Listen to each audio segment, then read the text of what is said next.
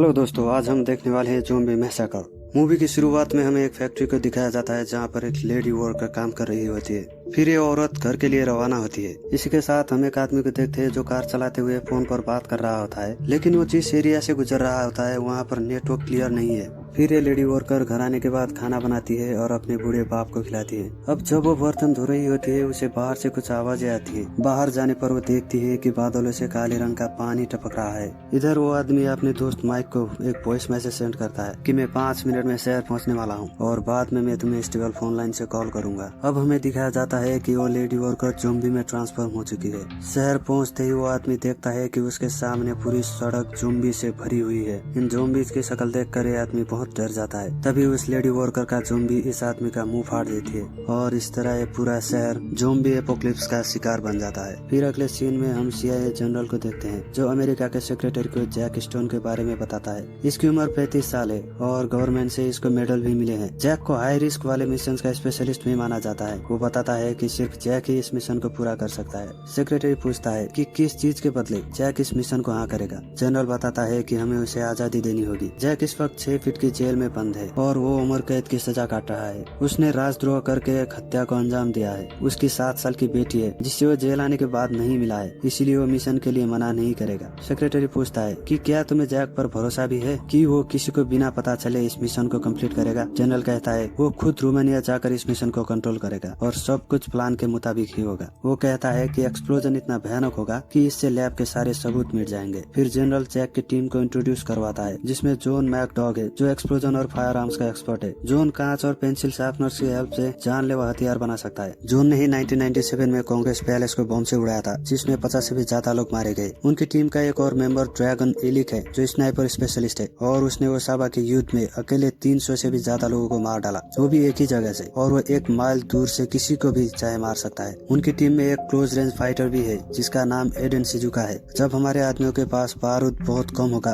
तो इसे hand to hand fight में कोई नहीं हरा सकता। ये लोग पैसों के लिए कुछ भी कर सकते हैं, इसलिए जनरल इस मिशन के लिए उनके बैंक अकाउंट में $2 मिलियन डालेगा और ये लोग इस मिशन के बारे में किसी को भी नहीं बताएंगे। अगर हमने इस मिशन को पूरा नहीं किया तो ये वायरस पूरा फैल जाएगा और ये ज़ॉम्बीज अगर बाहर निकल गए तो कुछ ही घंटों में पूरी दुनिया वायरस से इन्फेक्टेड हो जाएगी। अब तो डॉक्टर न्यूमैन भी मर चुके हैं और उनकी बेटी का भी कोई पता नहीं। सेक्रेटरी उस मिशन की परमिशन दे देता है। अब हमें रोजो एयरबेस पर स्नाइपर एलिक और बॉम्ब एक्सपर्ट जॉन को बातें करते हुए दिखाया जाता है। जॉन कहता है कि हर मिशन पर पैसों के लालच के कारण हम बुरी तरह फंस जाते हैं, लेकिन अब ये मेरा लास्ट मिशन होगा। इसके बाद समुद्र के किनारे में एक रेस्टोरेंट खोलूंगा। उन दोनों की कुछ देर तक बातें चलती हैं जिससे पता चलता है कि ये दोनों काफी अच्छे दोस्त हैं और पहले भी इन दोनों ने साथ में कई सारे मिशन किए हुए हैं। फिर जॉन ईडन के पास जाकर उसे छेड़ने लगता है, लेकिन ईडन जब उसके मेन पार्ट में चाकू रखती है तो उसकी अकल ठिकाने आ जाती है। अब जैक के आते ही उसे जनरल मिशन की इन्फॉर्मेशन देता है कि उन्हें शहर के अंदर जाना है और हमारे इंजीनियर्स ने जो बम बनाया है उसे न्यूक्लियर रिएक्टर के जितना करीब हो सके उतना करीब प्लांट करना है। उसके बाद उन्हें वहाँ से निकल जाना है। वो उन्हें रूट भी समझाता है कि किस रास्ते पर उन्हें ज्यादा इन्फेक्टेड लोग मिलेंगे और किस रास्ते पर उन्हें न्यूक्लियर प्लांट की ओर जाना है। बॉम्ब को प्लांट करते ही उन्हें 1 घंटे के अंदर वापस बेस पर आना होगा। अगर कोई हेलीकॉप्टर तक पहुंचने में देरी करता है तो उसका मरना तय है। अब जनरल उन सभी के अकाउंट में $1 मिलियन डालता है और कहता है बाकी काम पूरा होने के बाद। फिर जनरल जैक को पर्सनली समझाता है ये बॉम्ब ब्लास्ट एक एक्सीडेंट की तरह लगना चाहिए जिसमें पावर प्लांट फट जाएगा और वहाँ के सारे निवासी मर जाएंगे।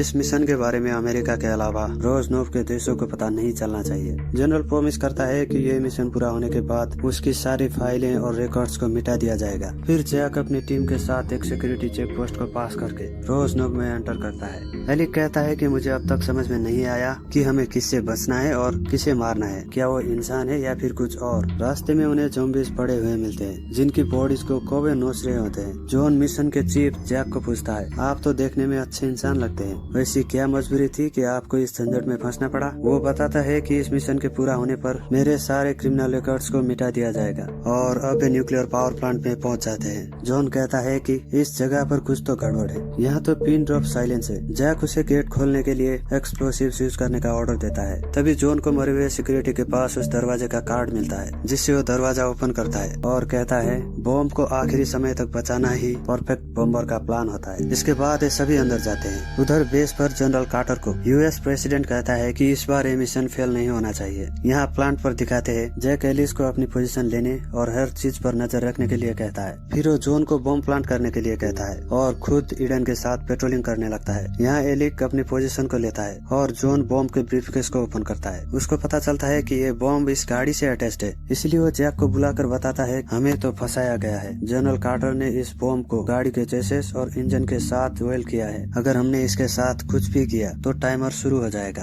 अब इन्हें यहाँ से बचकर निकलने के लिए एक दूसरी गाड़ी की तलाश करनी होगी, इसलिए वो आसपास के गोदाम में गाड़ियों की तलाश करने लगते हैं। उधर जनरल कार्टर को सैटेलाइट की हेल्प से पता चलता है कि न्यूक्लियर पावर प्लांट की तरफ कुछ ज़ॉम्बीज बढ़ रहे हैं, लेकिन वो उन्हें ये बात नहीं बताता। एलिक ज़ॉम्बीज को देखते ही अपनी टीम को अलर्ट कर देता है और खुद ऊपर से स्नाइपिंग करता है। जैक यहाँ ज़ॉम्बीज से बचने के लिए एक कंटेनर के पीछे छुपता है और जोन ज़ॉम्बीज पर ड्रम से अटैक करके वहाँ से भाग जाता है। इसी बीच जैक की गन जाम हो जाती है, इसीलिए वो हाथों से ही ज़ॉम्बीज से लड़ने लगता है और पत्थर से उनका सर कुचल देता है। ईडन भी एक एक करके ज़ॉम्बीज को खत्म कर देती है, लेकिन एक ज़ॉम्बी एलेक को पीछे से काट देता है। अब आखिरी 2 ज़ॉम्बीज बचते हैं जिन्हें जोन ने बम से उड़ा दिया है। फिर जोन जैक से कहता है कि मेरे पास शॉर्ट गन के सिर्फ 12 एमओ ही बची है। तब एलेक वहाँ पर आता है जो ज़ॉम्बीज इन्फेक्शन की वजह से धीरे धीरे ज़ॉम्बी में ट्रांसफॉर्म हो रहा होता है। एलेक उन्हें अपने सर पर गोली मारने को कहता है। जोन को ना चाहते हुए भी उसे गोली मारनी पड़ती है। अपने बेस्ट फ्रेंड को मारकर जोन बहुत ही उदास होता है। जैक उसे समझाता है कि ये उदास होने का टाइम नहीं है, हमें बम फटने से पहले इस शहर को छोड़कर कार्टर से बदला लेना है। इसके बाद तीनों न्यूक्लियर पावर प्लांट से निकलकर शहर की ओर जाते हैं।